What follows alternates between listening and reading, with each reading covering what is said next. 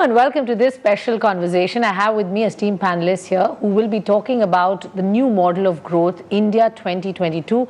That's where we are approaching. We are talking about a collaborative approach to find the way we do business in a more meaningful and a sustainable way. We, of course, are talking about our country at a time when we are seeing the fastest growing economy and the attention is at India with all the opportunities that it throws. We are also seeing already good signs, such as 30 places we have already taken and rank up in the top 100 for the first time in the World Bank Ease of Doing Business report. IMF is pegging our growth at 7.4% for this year, for next year at 7.8%, with 12 million people adding into our workforce every single year. The growth at 10% also seems slow or not enough. So when we are talking of the growth potential so much, the challenge that India faces really, and not just India, actually all over the world, is about sustainability, access to energy, affordable health care, waste management, and other opportunities to really find and support a ever-growing population base that is in India. Now, these challenges have to be addressed, and that's the real reason why this exchange and the people have come together as a collaborative approach to find a new model on India's 75th birth anniversary and accelerating towards a new model of growth for all. And this is not an individual's problem, or it's not going to be done by one company. It's the entire industry that's coming together for a purpose which is going to be beneficial for a society at large. And that's the approach why India 2022 was established, and the CEOs on the panel actually represent their top team of global and Indian business leaders who are committed to make a difference. Let me introduce my panel to you. Sanjiv Mehta, CEO and Managing Director, HUL. Harry Brekelmans, who's from Shell. He's the Projects and Technology Director and member of the Executive Committee, Shell. Satish Pai, Managing Director, Hindalco. Thierry, Pilenko, Executive Chairman, TechnipFMC. Krishna, Bodanapu, who's the Chief Executive Officer at Cyient. Gentlemen, thank you very much for being a part of this panel. Let me begin by asking you, Mr. Mehta, I mean, at this very juncture when everyone's wondering what's happening with the way we consume things, the disruption in technology, the growth model that one is talking about, and India becomes a central piece here. How do you work on the next model of growth that one is talking about? I mean, and also the whole objective of this approach of collaboration with other corporates and coming together for a cause. Yeah, if we look at from a global standpoint, I think in the last few decades, huge amount of wealth has been created. Yeah, a lot of people have been lifted from the poverty trap and they are into the middle class. Now, a similar story has panned out in India. If you look at over the last 30 years, our growth has been upwards of 6% CAGR. Yeah, this was something when we were growing up, we never thought would be possible. During the same period, or even lesser, in the last 2 decades, there have been about 20% of our citizens who have come out from the poverty trap or the bottom of pyramid into the middle class. Yeah, and today we are looked at as the fastest growing large economy. And we are at the junction where we should be able to ramp up our growth rate from the 6 to 7%, ideally to a double digit, if not to the high single digit that all of us crave for. So we are at a fantastic situation from a growth perspective. Yeah. Now, when we look at it from a global lens, we are talking about millions of tons of pollutants being spewed into the air every year, every day. We are talking about millions of tons of plastic going into the ocean. And there are figures being talked about that by 2050, there would be more plastic than fishes in the ocean. Yeah, that's a scary Absolutely. thought. And then when you look at the impact of what we have been spewing into the air, clearly the risk of warming, 2 degrees up the temperature, and you would have many low-lying cities come underwater. Yeah, the Antarctica, the Greenland, the water there has been melting at a much faster rate. At the same time, we are looking at huge water stress. In India, if we are not able to solve our water problem, by 2030, 2040, the water supply will be half the demand. So we are talking about major challenges. And like you rightly articulated, one of the key challenges for us as a country is to create source of livelihood for millions of youth who are ready to take on work, who are ready to get into the work stream. And the other important bit which faces India and also many parts of the globe is inclusive growth. Of course, yeah. Is right from the days of Bretton Woods, I think the single focus on GDP, I don't think is the right perspective. True. It's very important for us to look at inclusive growth. And I always say that in a country like India, it is not just the absolute GDP growth, but we need to have more money in the hands of more people. More people, I think that is the That's point. where we will make a big difference. Now, these problems are not problems which can be solved by the government or a private corporation or by the civil society alone. Yeah, this is not about charity. This is, in many ways, it's not just purely on an altruistic basis. We believe that if the society in which we live thrives, we as corporations would be able to thrive and do better. Yeah. Now, this requires a very different thinking. It requires a very different model. Yes. A model where, while we keep growing and developing our business, we should have a bigger societal impact and we should minimize the adverse impact that we have on the environment. Yeah? That self-conscious approach of ensuring that you're doing the right thing at the end of the day. Absolutely, Swati. At the end of the day, we have a stewardship role for our planet. We don't want to be called as a generation which ended up destroying our planet. Yeah. So there is very clearly responsibility on all the corporations, on the government, on the civil society to ensure that we stop degrading our planet, to ensure that all human beings who live here have a good standard of life, a good quality of life. Oh, and that's a fair thing to do. And that is where India 2022 comes together. We have like-minded corporations who are putting their heads together and saying, how do we pool our resources so that we can contribute to solving some of the big problems that faces our country? And not just the country, I think you're talking about the world. I'm just coming to it. Yeah. You know, India with 1.3 billion people, India as one of the fastest growing economies, if we can solve the problem in India, we would be able to impact the world. Yeah, that's the important bit.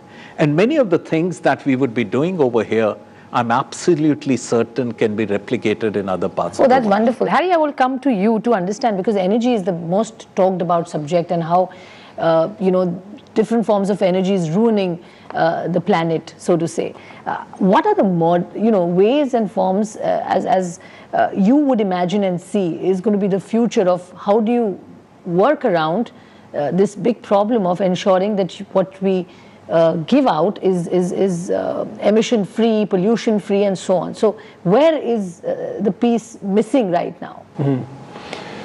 Yeah, energy is, in my mind, also a hugely important area. As you point out, Sanjiv referred to the many areas that we're now seeing globally being in the midst of enormous systems level transformation, and energy is clearly one of those areas.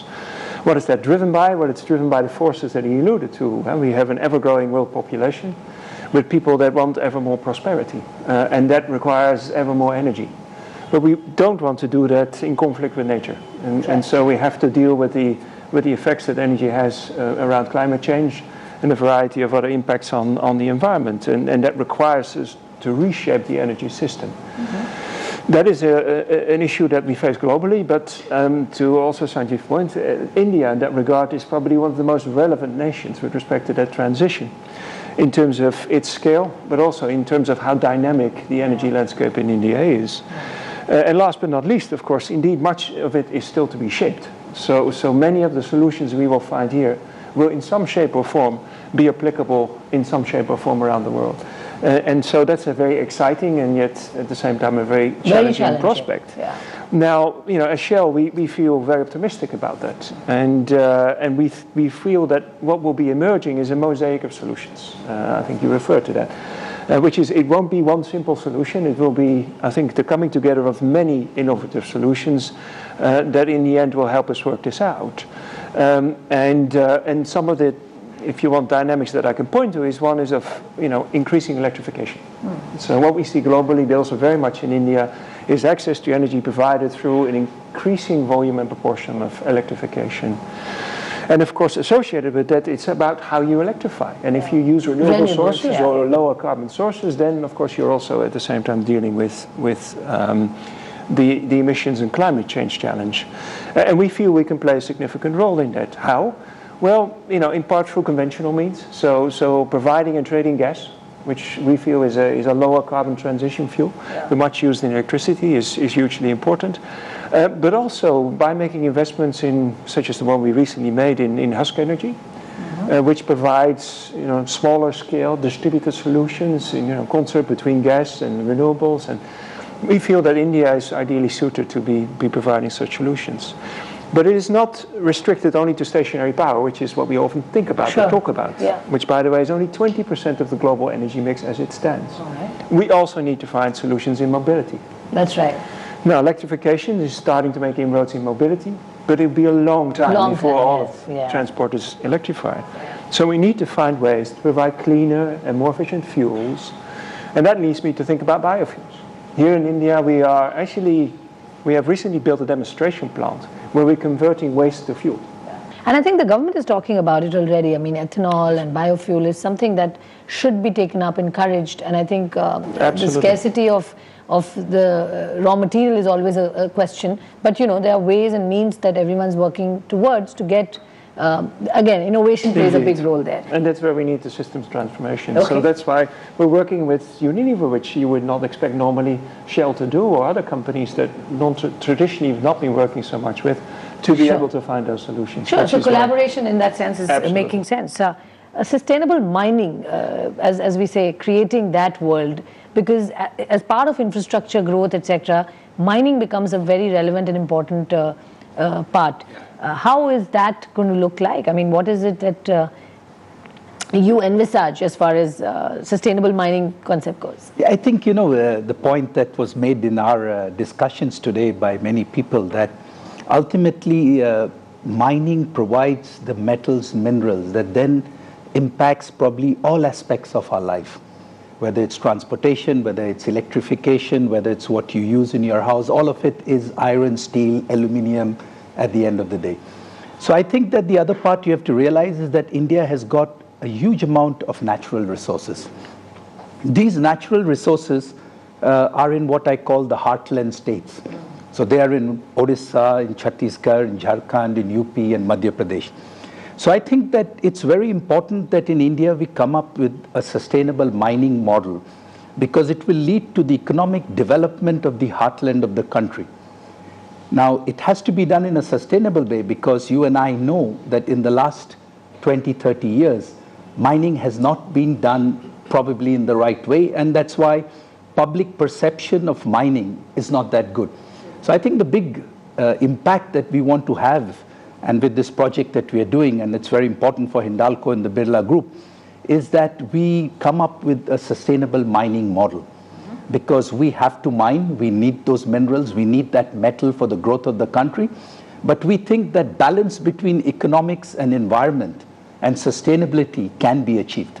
So it's not a question of one or the other, it's that balance that we need to find.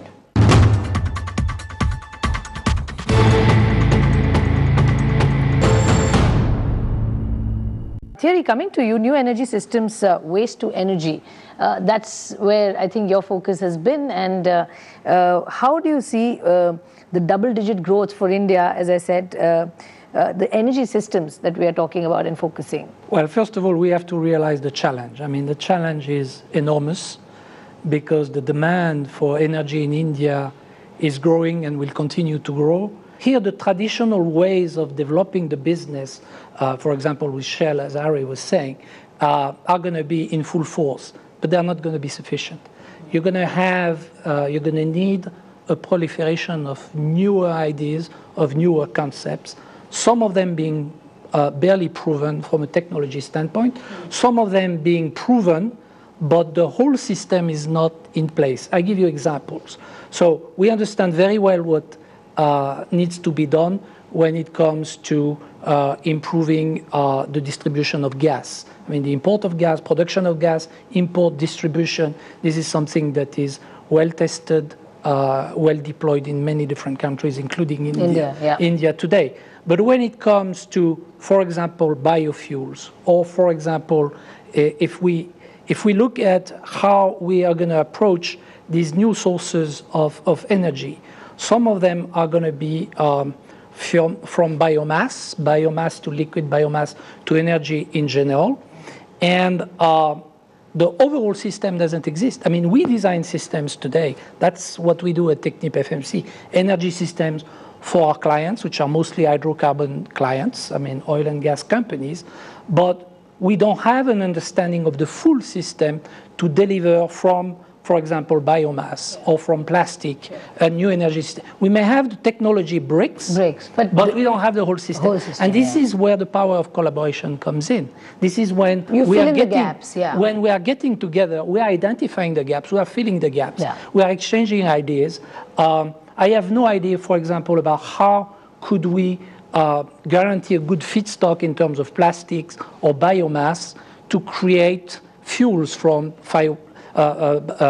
plastics or biomass. But once you start talking to a broader group of people, and that's the purpose of the exchange and the India 2022, where it is original, is because we're putting people together so that we can fill those gaps and build those changes, because they will be needed to generate the energy and I think provide the energy. With the startups and with the new age, people coming with innovative solutions, it's really the way you can fill in these gaps in the most effective. And actually, this is where, by creating a platform like that, it's not just a platform which is frozen with the people who are around the table here, but I think we are creating an ecosystem.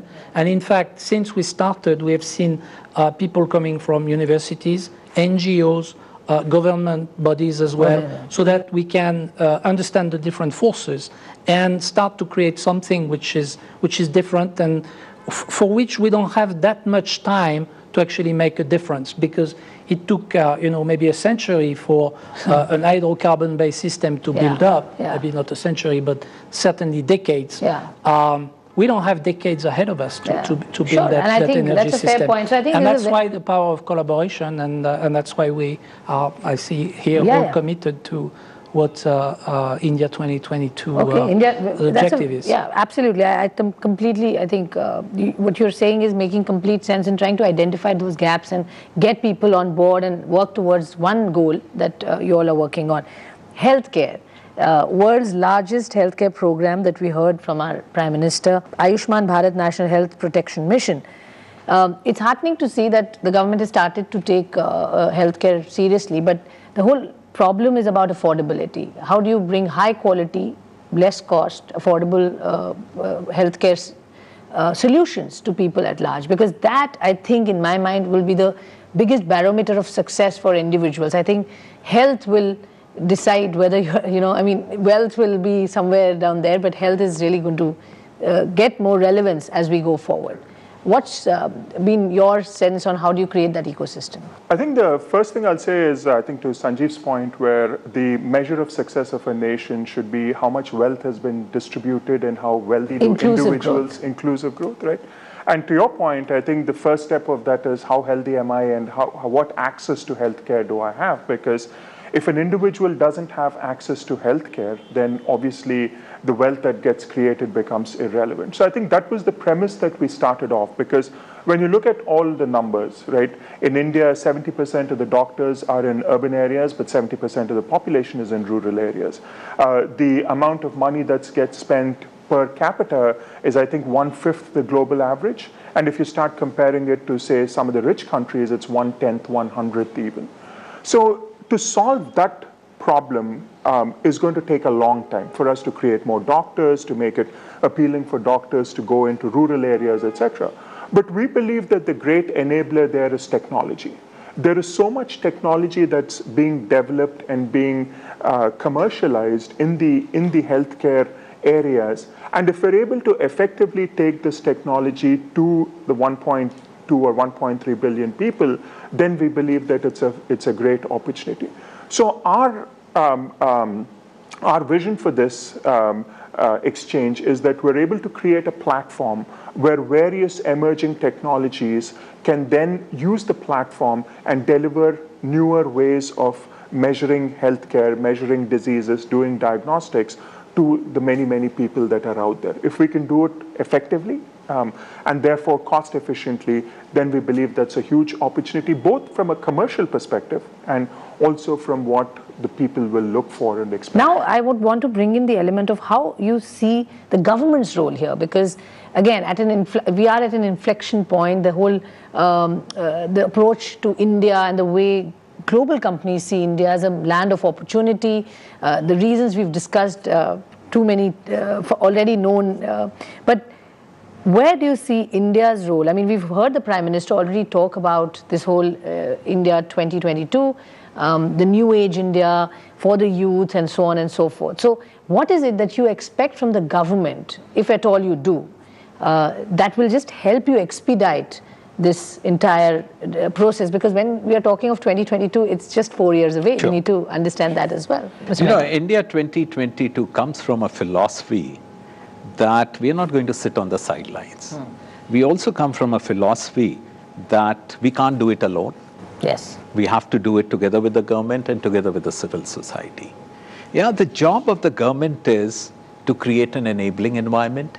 We just had Mr. Suresh Prabhu speak to us, and he was so appreciative about the coalition and the projects that we have undertaken, because they are so relevant. Yeah. And wherever the need arises, we will certainly approach the government. But today we are at a stage where the cost of inaction is more than the cost of action. Okay. We can't be on the periphery and say, let the government do. No. You taking the lead. We have to take the initiative and be part of the solution.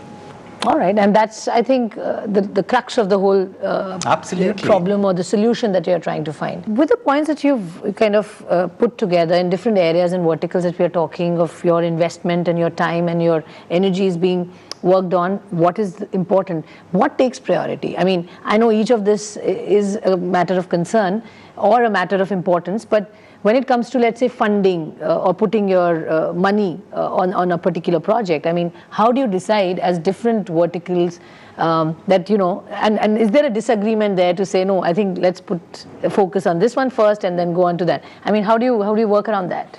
See, it's not about either or, it's about and. Okay. That's the important bit. But the pool of funds is just limited right now. Of course. And that is where you have to make choices. Correct. So we are not talking about burning the ocean. Okay. We have picked up 4 verticals. That's where we are first going to focus our efforts on. We'll make a difference over there. And then only we will look at, do we need to extend our horizon? But you are open to adding more corporates or more companies into this? Is that the approach? Absolutely, because, you know, let's accept it. That first is we are very fortunate that we have got wonderful organizations joining hands together. Yeah, and this is and perhaps diverse, pretty diverse, and perhaps the best of India, and in many ways the best of globe, who have come in together. And so we are picking up these 4 verticals where we'll put in a lot of cohesive effort, and wherever there are gaps, we will seek out more partners. Okay, we will bring in more partners so that we can really make a difference to the initiatives that we have picked up. You are taking inputs from startups? I mean, is that wherever there is need, we are not going to be handicapped. Absolutely. Yeah. I mean, the fact that this is what I was saying. Once you've created that platform, you're starting to create an ecosystem in which, provided you're focused on those main impact tracks, those main streams, otherwise it could become very entropic and confusing.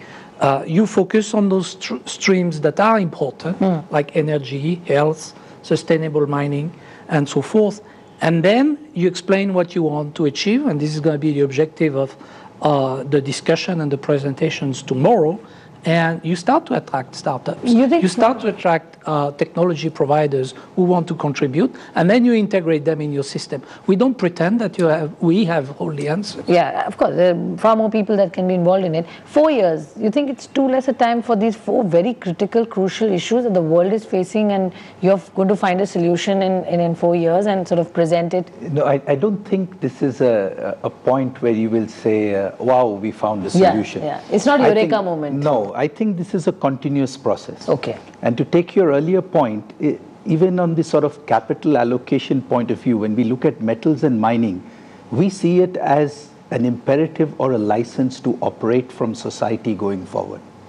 I think that, going forward, companies will have to have that societal acceptance at the way you operate and the way the things you do. So it's not just a question of, am I going to put money here or there because I'll make a better return? I think that your business model today has to have sustainability, environment deeply embedded into the way you do business. Because that society will say, the way it will be a license function to operate going forward. That's the way we see it. Okay, that's the way you see it. Gentlemen, thank you very much for your time and for your inputs on a very key and critical issue that not just India, but the world is facing, where they are trying to find a new model for growth, where you need to protect the interest of individuals and of businesses, and it's really the cohesive or inclusive growth that we are talking about. Thank you very much indeed.